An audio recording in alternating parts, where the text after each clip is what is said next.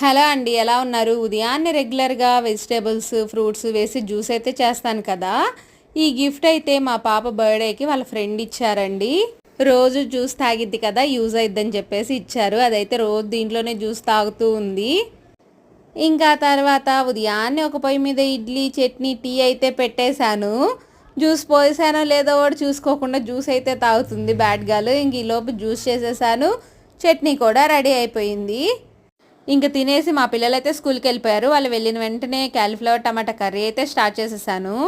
Cauliflower టమాటా curry కొంచెం గుజ్జుగా రావాలంటే ఈసారి ఈ విధంగా ట్రై చేయండి. ముందుగా అయితే ఆయిల్లో ఆవాలు, జీలకర్ర, చెక్క, లవంగం, ఉల్లిపాయలు, పచ్చిమిరకాయలు వేగిన తర్వాత క్యాలీఫ్లవర్ ముక్కలు కూడా వేసేసుకొని చిన్న అల్లం ముక్క, చున్నులపాయ రెబ్బ వేసుకొని తగినంత ఉప్పు, కారం, టమాటా ముక్కలు వేసి కొంచెం నీళ్లు పోసి 2 విజిల్స్ రానిచ్చుకొని మళ్ళీ పొయ్యి వెలిగించుకొని 2 గంటల శనగపిండి అయితే కలుపుకొని పోసుకున్నాం అంటే గుజ్జు గుజ్జుగా కూర చాలా కమ్మగా